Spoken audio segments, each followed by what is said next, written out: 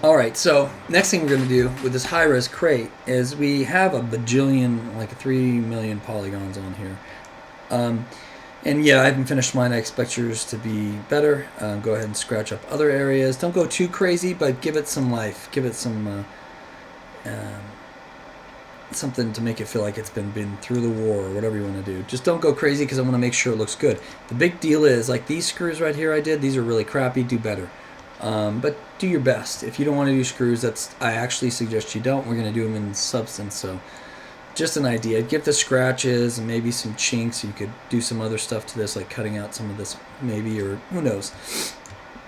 But the problem is we could export it right now. Let me open up the Z plugin and click on that again.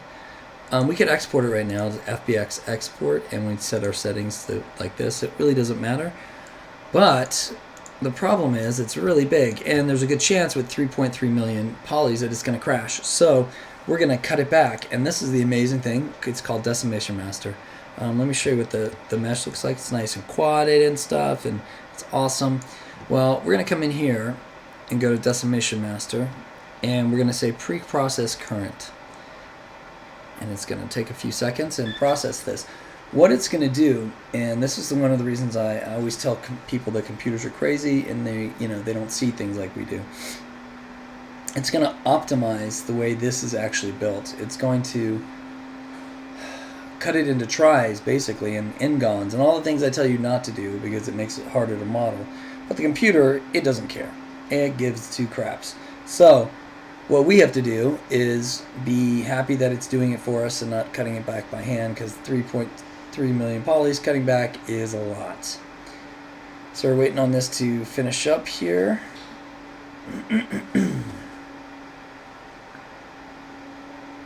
Almost there. Great thing is you only have to do this once. So we're at 84, and what it's going to do is allow us to make changes by just changing the slider and saying decimate current. Right now it's just processing the amount of work it needs to do.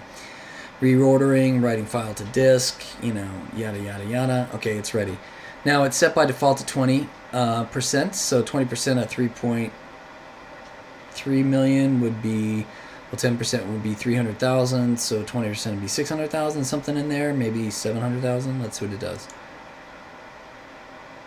665. Okay, so it looks like crazy right there. Let me turn off this, but let's go back one more time. This is the way it looks now. And ready? This is the way it looks when it's 600,000. There is no difference. Okay, so we can go lower. Usually what we do is we go as low as we can. We go 10%. Now we don't have to recalculate. All we have to do is press decimate current, and it does it again. Now this is 300,000, so it's half the.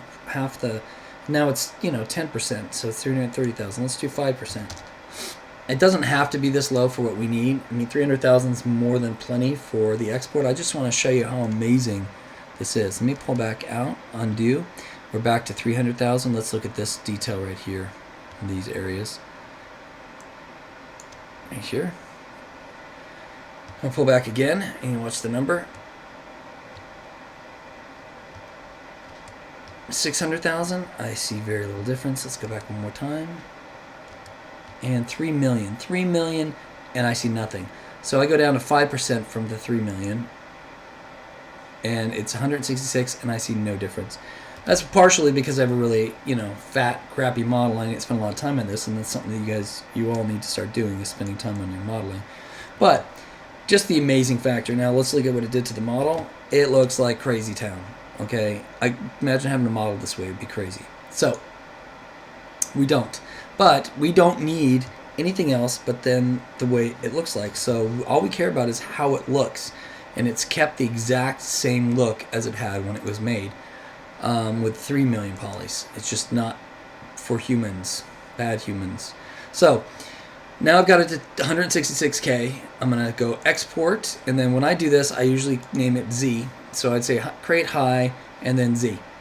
So I know it's from Zbrush. And then I'll do this. And when I did it a second ago, it crashed, so it reminded me. Now it's file exported. When it gives you that sign, its file has been done.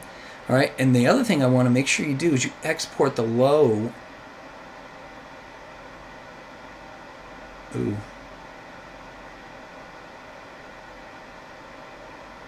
actually, what I want to do is import the super low, the real low poly. That is just the low poly we use to make the model. Let's import and see if I can find that model.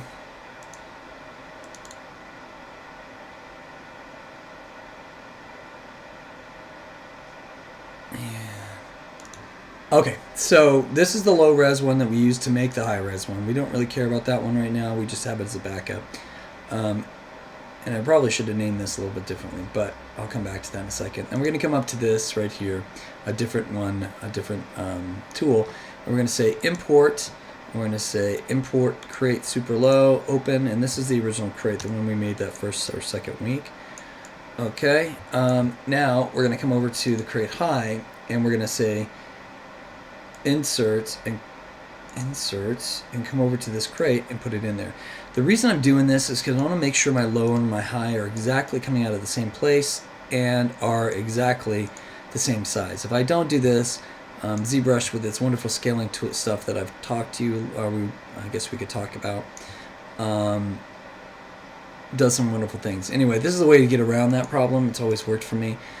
Zbrush likes to scale things to always be 2 to 4 length. So whatever it has, if it's 10 meters wide, it will scale it times 5. And if you want to see, you can come down here and see export, I think it is. Yeah, it's scaling at 51 because these are by meters and these are inside of ZBrush. It's thinking centimeters. So anyway, so I import the low res one. I put it in the same subtools as these, so I can really see which one is the low res, and then I export that too. So I export this super low res again, but I'm going to say _Z and then say save.